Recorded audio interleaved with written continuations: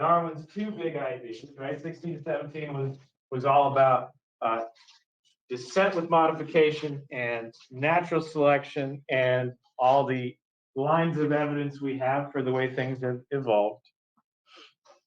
And in 17, we got into kind of the genetic basis of evolution and how bell curves change and how species turn into other species, stuff like that. Here's where we start to look at, well, okay, if all these species have evolved and there's all these different living things all over the planet, how do we group them, right? How do we decide which ones go in which groups? And you already know a little bit about that. We're going to start old again, though. We're going to start with how classification kind of started, at least modern classification. Different people have had ideas about classification. Aristotle himself, famous philosopher, he developed a classification system. Didn't really stick. But a guy named Linnaeus, Carolus Linnaeus, who lived in the 1700s,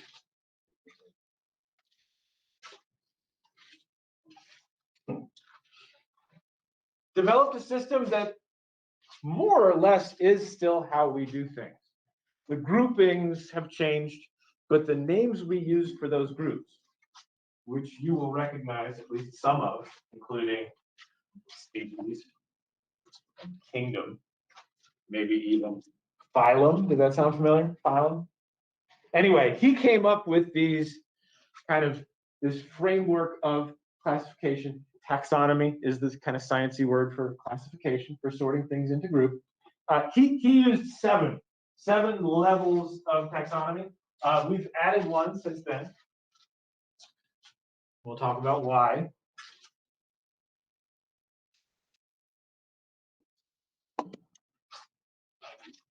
And so today is simply for learning those 8 levels.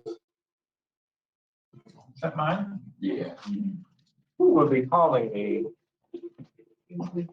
right at this hour? Right?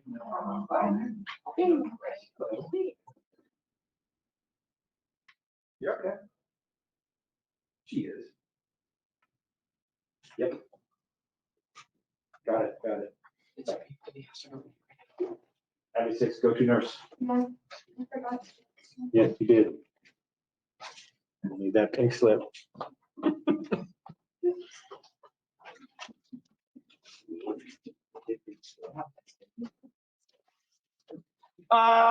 So today is basically about learning the 8 names. You're going to need to memorize them. Luckily, I'm all about dumb ways to remember stuff. In fact, maybe we'll have a contest. So here they are. And we'll talk about the levels, and then we'll look at a human and how they fit in those levels, and a dog and how they fit in those levels.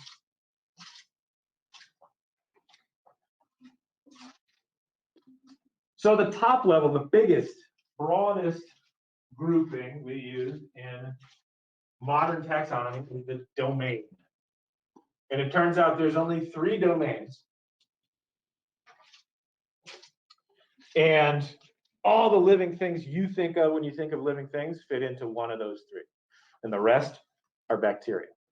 So humans and dogs both fit into the domain eukarya, which, as you might have guessed, is all the eukaryotes, all the organisms with cells that have a nucleus and membrane-bound organelles and all the stuff you learned in chapter 7, as opposed to the 2 big groups of bacteria, the bacteria that are kind of modern bacteria, and then the ones whose ancestors were on the early Earth. Those are the other 2 domains. So most of the living things you think of are in this domain. Next level is one you might have heard of, kingdom. What kingdom do humans and dogs belong to?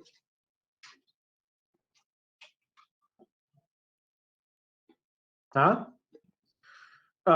No, mammal is a couple levels down. They do belong to that, but it's not a kingdom. This is bigger than that. All mammals are, no. Oh my God. Animals, the animal kingdom, Animalia. It's all kind of Latinish. Most of these groups are in Latin type language.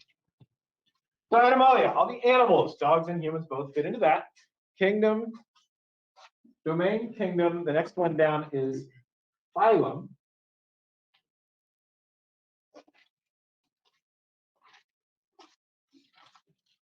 And the phylum that humans and dogs both belong to is the phylum of animals that has a spinal cord. And most of them also have bones around that spinal cord called a vertebrate, called vertebrae. And so this is the chordata. They all have spinal cord. So humans and dogs tracking together so far in these classification groups, which makes sense. Domain, kingdom, phylum, class is the next level down. And humans and dogs, this is the last one we're going to be together in. Because both humans and dogs are warm-blooded, furry, yeah, kind of, more or less, right? Give live birth, and both humans and dogs have these glands in the female of each species that produce this perfect baby food for the time that they have babies who need food.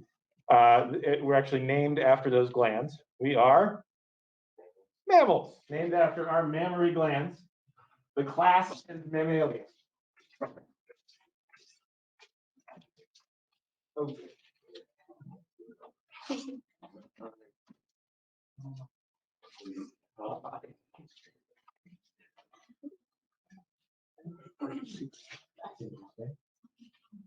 What?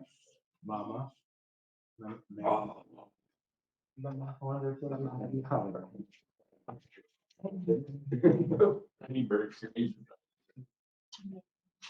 Okay, here's where we split. Domain, kingdom, phylum, class, order. We belong to different orders, we and dogs. Humans belong to the order that all of the monkeys and apes belong to, called primates. Whereas dogs belong to the order, along with cats and bears and foxes, the carnivores.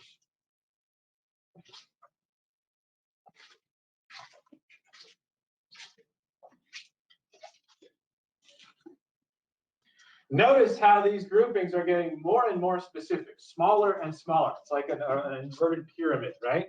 We started with big, huge groups. We're on our way down to where we're just going to be one kind of thing. Almost there, actually. Domain, kingdom, phylum, class, order, family.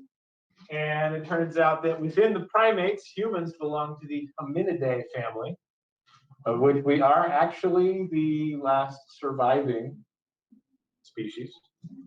Dogs belong to the family Canidae, the canids, which includes foxes and coyotes,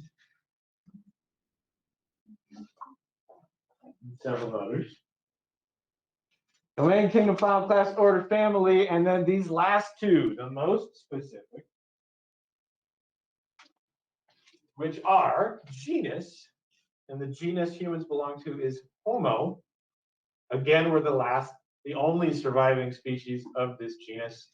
The rest are extinct. And for the dog, it's Canis. The very last grouping, the most specific, is what?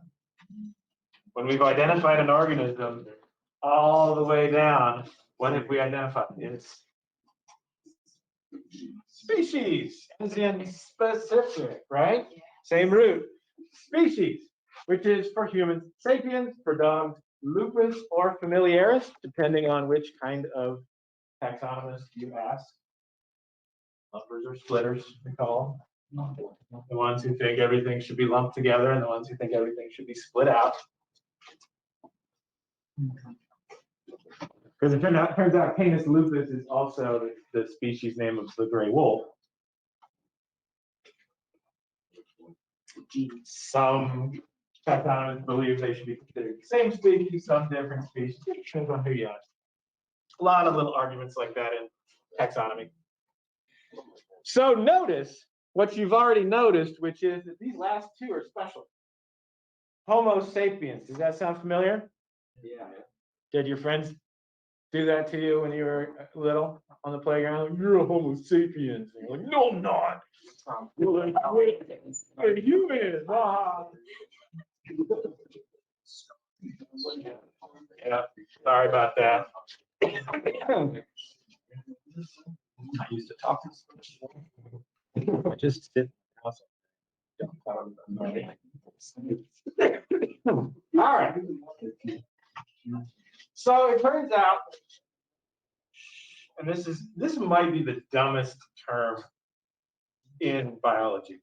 Binomial nomenclature. You know when somebody uses really fancy words for something that's really simple and it makes you mad?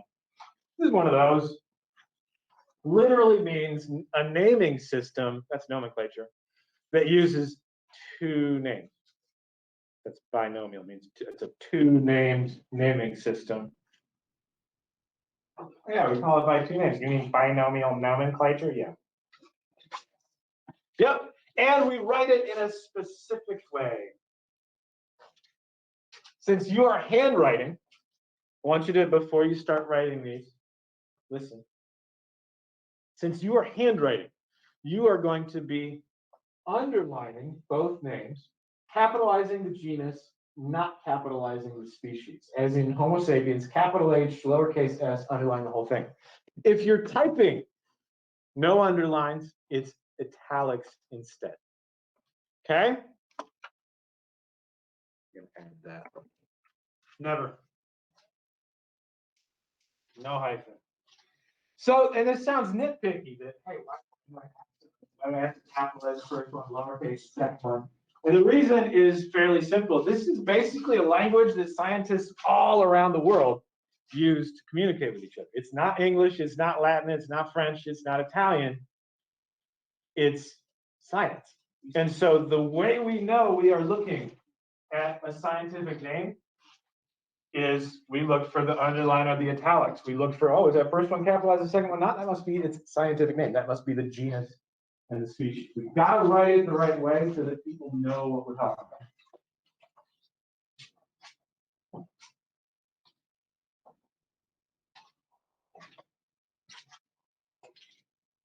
Sounds nitpicky. No, I'm gonna nitpick.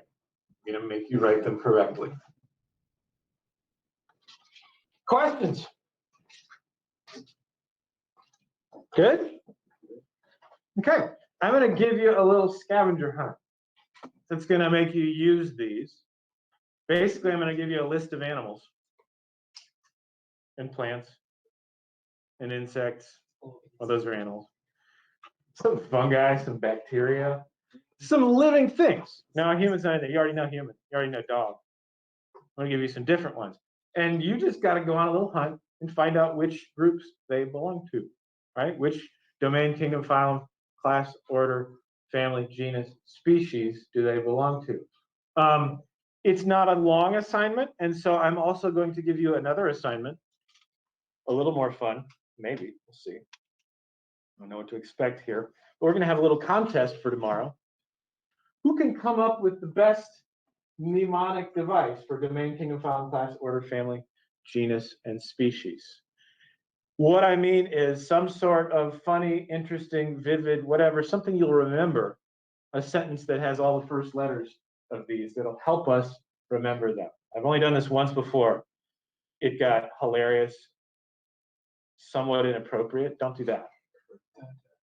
Know your limits, right? This is still school, but feel free to be funny. That helps us remember things. And tomorrow, whichever student has come up, maybe I'll pick my top two, my two favorite ones. They'll get a little bit extra credit. Okay? Good. So let me pass out the paper part. Now the list.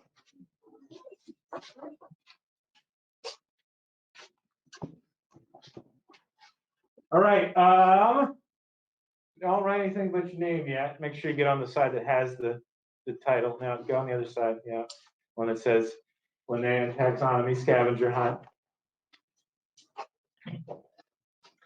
I'm going to give you 5 organisms to put in the top line. See where it says living things? You're going to need to write in the organisms I give you.